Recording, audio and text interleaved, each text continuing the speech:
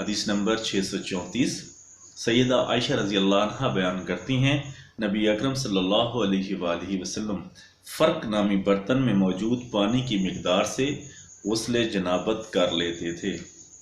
اس سلسلہ کی حدیث نمبر 635 نبی اکرم صلی اللہ علیہ وآلہ وسلم قدح نامی برتن سے غسل کر لیا کرتے تھے۔ امام مسلم فرماتے ہیں سفیان کہتے ہیں فرق ایسے برتن کو کہتے ہیں جس میں 3 سا کے برابر پانی آ جائے۔ حدیث نمبر 636 ابو سلمہ بن عبد الرحمن بیان کرتے ہیں میں سیدہ عائشہ رضی اللہ عنہ کے رضائی بھائی کے ہمراہ سیدہ عائشہ رضی اللہ عنہ کی خدمت میں حاضر ہوا۔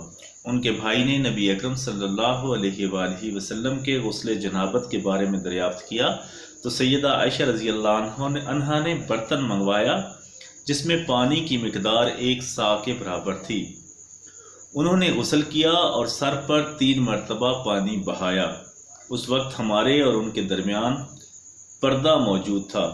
ابو سلمہ کہتے ہیں وہ ازواج مطہرات نبی اکرم صلی اللہ علیہ وآلہ وسلم کے بعد ترک زینت کے لیے سر کے بال کاٹ لیا کرتی تھیں، یہاں تک کہ وہ کندھوں سے کچھ نیچے رہ جاتے۔ ناظرین یہاں پر مسئلہ کی بات یہ بھی بتا دوں کہ لوگ زلفیں رکھتے ہوئے کندھوں سے کافی نیچے بال لے جاتے ہیں، حالانکہ عورتیں کندھوں سے اوپر بال نہیں رکھ سکتی اور مرد کندھوں سے نیچے بال نہیں رکھ سکتے، کیونکہ وہ عورتوں کی مشابہت ہو جاتی ہے، اور عورتیں جب کندھوں سے اوپر بال کٹواتی ہیں تو وہ مردوں سے مشابہت ہو جاتی ہے۔ اللہ پاک ہمیں اس احتیاط کی توفیق عطا فرمائے۔ آگے چلتے ہیں حدیث نمبر 637 سیدہ عائشہ رضی اللہ عنہ بیان کرتی ہیں نبی اکرم صلی اللہ علیہ وآلہ وسلم غسل کا آغاز دائیں طرف سے کرتے تھے، پہلے دائیں ہاتھ پر پانی ڈالتے، پھر دائیں ہاتھ کے ذریعے ناپاکی پر پانی ڈالتے اور پھر بائیں ہاتھ کے ذریعے اسے دھوتے۔ اس سے فارغ ہونے کے بعد اپنے سر پر پانی بہاتے۔ سیدہ عائشہ رضی اللہ عنہ فرماتی ہیں میں اور نبی اکرم صلی اللہ علیہ وآلہ وسلم ایک ہی برتن سے غسل کر لیا کرتے تھے، حالانکہ ہم دونوں جنبی ہوتے تھے۔ حدیث نمبر 638 سیدہ عائشہ رضی اللہ عنہ بیان کرتی ہیں وہ اور نبی اکرم صلی اللہ علیہ وآلہ وسلم ایک ہی برتن سے غسل کر لیا کرتے تھے جس میں 3 مد کے لگ بھگ پانی آ جاتا تھا۔ حدیث نمبر 639 سیدہ عائشہ رضی اللہ عنہ بیان کرتی ہیں میں اور نبی اکرم صلی اللہ علیہ وآلہ وسلم ایک ہی برتن سے غسل جنابت کر لیا کرتے تھے اور ہمارے ہاتھ اس برتن میں ایک دوسرے سے ٹکرا جاتے تھے۔ حدیث نمبر 640 سیدہ عائشہ رضی اللہ عنہ بیان کرتی ہیں میں اور نبی اکرم صلی اللہ علیہ وآلہ وسلم ایک ہی برتن سے غسل کرتے تھے، بعض اوقات آپ مجھ سے پہلے پانی حاصل کر لیتے تو میں یہ کہتی میرے لیے بھی رہنے دیں، میرے لیے بھی رہنے دیں۔ راوی معاذہ کہتی ہیں وہ دونوں جنبی ہوتے تھے۔ اس سلسلہ کی حدیث نمبر 641 حضرت ابن عباس رضی اللہ عنہ سیدہ میمونہ رضی اللہ عنہ کا یہ بیان نقل کرتے ہیں وہ نبی اکرم صلی اللہ علیہ وآلہ وسلم کے ہمراہ ایک ہی برتن میں غسل کر لیا کرتی تھیں۔ حدیث نمبر 642 حضرت ابن عباس رضی اللہ عنہ بیان کرتے ہیں نبی اکرم صلی اللہ علیہ وآلہ وسلم سیدہ میمونہ رضی اللہ عنہ کے وضو یا غسل سے بچے ہوئے پانی سے غسل کر لیتے تھے۔ حدیث نمبر 643 سیدہ ام سلمہ رضی اللہ عنہ بیان کرتی ہیں وہ اور نبی اکرم صلی اللہ علیہ وآلہ وسلم ایک ہی برتن سے غسل جنابت کر لیا کرتے تھے۔ حدیث نمبر 644 حضرت انس رضی اللہ عنہ بیان کرتے ہیں نبی اکرم صلی اللہ علیہ وآلہ وسلم 5 مکہ کیک کی مقدار میں پانی سے غسل کر لیتے تھے۔ 5 مکہ کیک کی مقدار سے پانی سے غسل کر لیتے تھے اور 1 مکوک کی مقدار میں پانی سے وضو کر لیا کرتے تھے۔